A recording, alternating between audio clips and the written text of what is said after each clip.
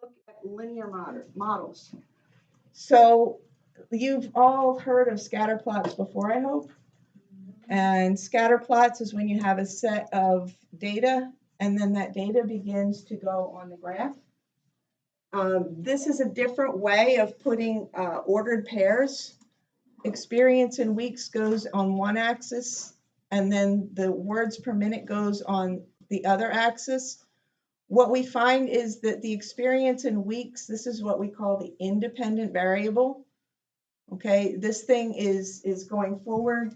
A lot of times the independent variable is a time type of measurement. And then the speed in words per minute depends on how many weeks of practice the person has. So this is like a typing or a computer keyboarding rate. And so what we do is we plot that, we get a scatter plot, and then we're going to work on getting a line of fit or a trend line to show us what's happening in general so that you can eventually take it and you can make predictions of future. What you'll notice on the sheet that you have in front of you, yes, it is done on the bottom of the sheet. However, what I'd like you to do is just practice right now. We need to take a look at making a graph. Okay, and we need to think about like what increment we would go on for the x-axis and for the y-axis. So for example, in our x-axis, our experience in weeks, our numbers go, what's our smallest number in our experience in weeks? 1, and the biggest number is 10. So we really do have enough numbers to just go by ones here. So you could go ahead and write 1, 2, 3, 4, 5 right along this way. However, the other direction, what's our smallest number? 20, and our biggest number is 55. Do we have enough spaces to go by 5s? 5, 10, 15, 20, 25, 30, 35, 40. Not really. So what would make other sense then to go by 10s? Yeah, you could go by some other increment, but go by easy increments. Like it's easy to count 10, 20, 30, 40, 50, 60. So what I want you to do, even though it is shown down below what's happening, I want you to go ahead and I want you to plot those points so we can get the practice doing that and practice drawing in trend lines as well. All right, now that you've got your dots plotted, what we're going to do is we're going to draw what we call a trend line. And a trend line shows you basically what's happening.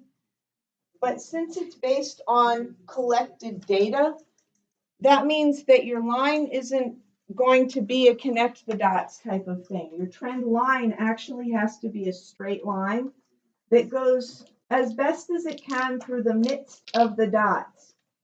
So you don't want it riding up on the top of the dots. You don't want it down below the dots. You want it going through the midst of the dots. So it's kind of like splitting all of them down the middle. So you are actually drawing an actual straight line with a ruler when you're putting it on there. So it slices down through the dots. You can see what that looks like on the pre-done one, but I do want you to actually do that physically yourself so that you're used to doing that. And once we draw a trend line, and we're thinking about the independent and the dependent variables, we're going to be able to find the equation of the trend line. Now, definitely notice that it is not a connect the dots. It's down through the midst of all the points. And based on the things that you already know how to do, finding equations of lines, you could pick 2 points on the trend line. And notice that the 2 points that I picked were not even ordered pairs except the 120 was. And the 640 actually was, but they wouldn't necessarily even have to be points that you plotted.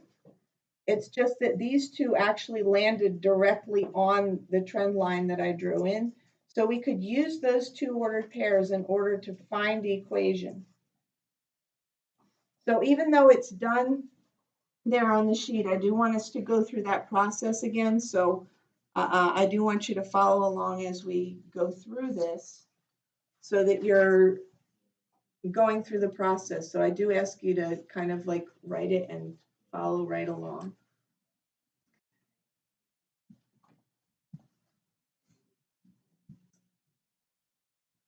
All right, so if we pull our ordered pairs off of our trend line, we can use the process that we had before. We always have to find what first? Find the slope. So we want to do m equals, what's y2? 40 minus 20, change in y's over change in x's over 6 minus 1. 40 minus 20 is 20. 6 minus 1 is 5. So we get our slope of 4. So our slope is 4. What that slope represents is for what? For what's our order? 4 over 1. For what's our y-axis? The speed. So it's the change in speed. So it's the speed. It goes up 4 words per minute every week is what this slope is actually telling you. So then we need to write ourselves an equation. Slope-intercept form is great for an equation. We have been doing in point slope. The thing that you have on the sheet in front of you shows the point slope method. So we're going to just right now do the other method. Y minus y1 equals m times x minus x1. I think it might be a little bit easier. So it's y minus, let's do the easier one. Y minus 20 equals 4 times x minus 1. And if we want to actually put that into slope-intercept form, we would distribute. So this kind of reviews from your 4x minus 4, and then add our 20, right? And we get y equals 4x plus 16. So we do have an equation here, and it's based on our trend line. If you'll notice, that's the same equation that you have on your sheet. And what does the 4 represents the what again?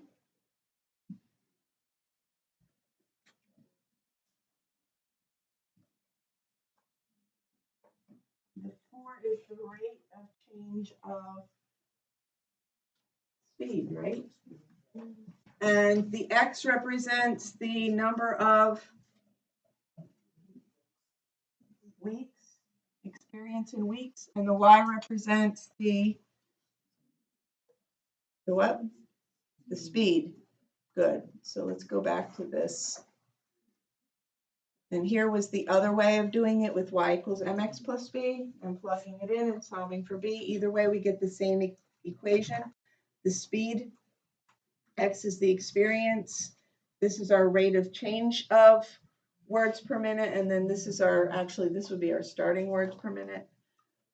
Just at 0 weeks, apparently, there's some, like according to this trend, somebody would already have at least a little bit of ability right at the beginning.